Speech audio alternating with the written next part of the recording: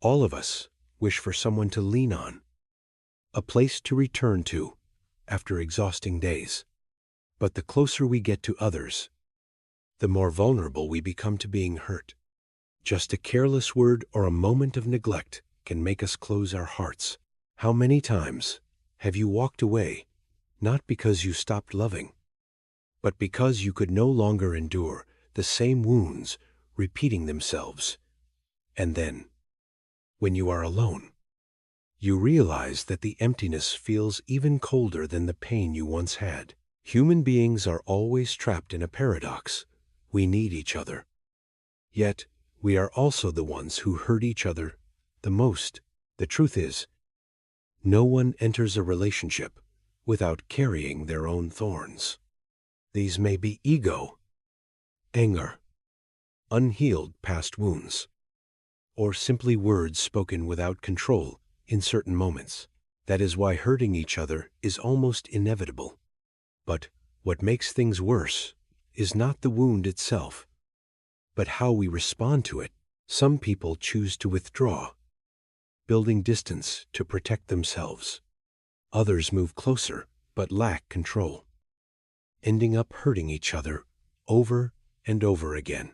So the real question is not how do we avoid getting hurt, but rather, can we stay close to one another without causing too much pain?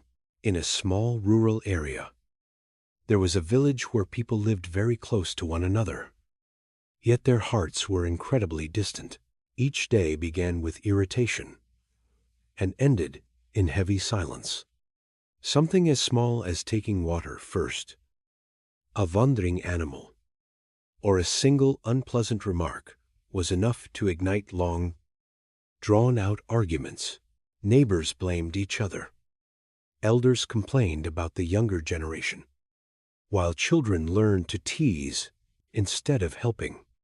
Even within families, harsh words gradually replaced care. Siblings grew apart. Couples often clashed. And some people lived side by side without speaking a single word for months. Laughter could still be heard, but it was not genuine joy. It was filled with sarcasm and mockery. Amid all this was the village chief, an elderly man who carried a quiet burden in his heart. He did not wish for anything grand, only that the villagers could treat each other with a little more kindness. He had tried everything: village meetings, advice, even punishments. But no one truly changed. The village was not burning in flames, but in anger and human ego. And then, on a quiet afternoon, a stranger appeared. The stranger was a wise sage. He did not preach or criticize. Instead, he gently told a story. During a very cold winter in a distant forest, the cold arrived faster and harsher than ever before. The freezing wind cut through layers of fur, and frost covered the ground. In such conditions, a group of small porcupines faced a difficult choice. If they stayed apart, each one would be frozen, stiff, and would not survive the night. But if they moved closer together, their sharp quills would prick one another, causing pain. At first, they tried to come close, but every time they did, their quills hurt each other. Unable to bear the pain, they quickly moved apart. Yet as soon as they separated, the cold surrounded them again, more terrifying than the pain before.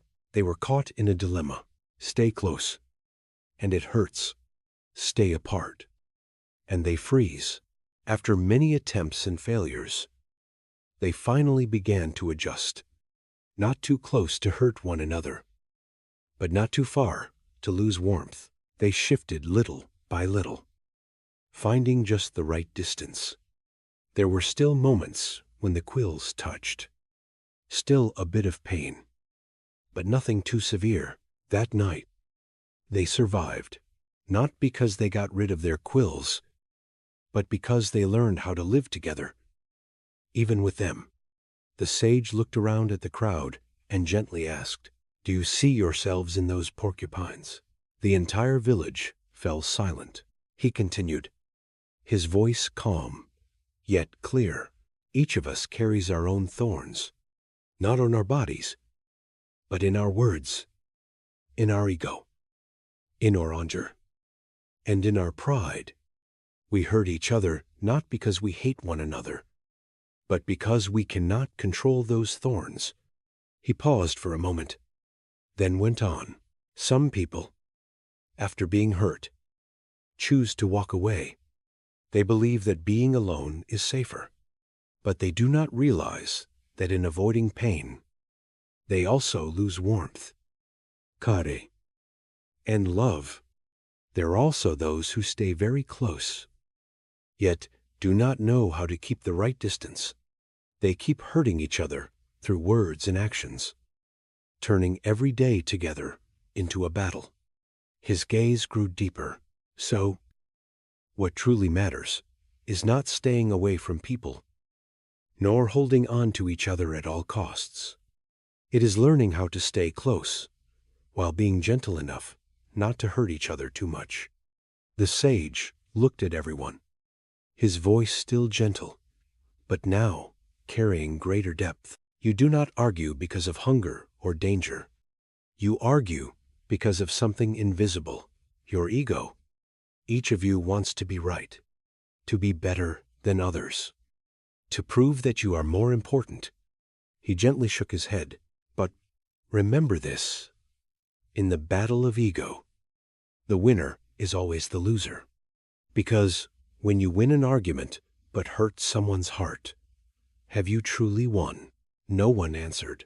Maintaining a relationship does not mean there will never be conflict. He continued, it means knowing when to stop before your words turn into wounds.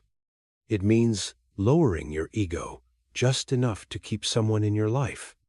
It means knowing how to say sorry when you are wrong, and how to forgive when someone hurts you. He concluded, you don't need to be perfect. You only need to learn to soften a little, so that your thorns do not hurt each. After that day, no miracle happened overnight. No one suddenly became perfect. The thorns were still there, but something small began to change. The woman who used to raise her voice at the well chose silence when she felt irritated. A man who often argued suddenly stopped mid-sentence, as if he had remembered something. The children who once mocked each other began learning to help instead of laugh. No one spoke much about the change, yet everyone could feel it. Arguments no longer dragged on as they once did. Words, though still sometimes sharp, carried less hurt. And occasionally, in the middle of ordinary days, real laughter could be heard, not to mock, but to share. The village chief stood watching it all, his heart feeling a little lighter. He knew the village would never be perfect, but that no longer mattered, because now they had learned something more important, not to live without thorns, but to live together, with less hurt and more warmth. That story does not belong only to a distant village. It is the story of all of us. Whether you live in a crowded family, you are still facing the same choice as those porcupines on a cold winter night. You can choose to keep your distance to avoid being hurt, not trust too much, not open your heart too deeply. But the price you pay is loneliness, a quiet feeling that lingers. Or you can choose to step closer to others. Accept that there will be times when you are hurt, misunderstood, or wounded, but in return, you have the chance to feel warmth, connection, and love. The truth is, no relationship is completely free of scratches. The point is not to avoid them, but to learn how to live with them, just like the porcupines. We don't need to completely change who we are. We only need to learn how to adjust a little restraint, a little understanding, a little compassion, and those small things make a very big difference.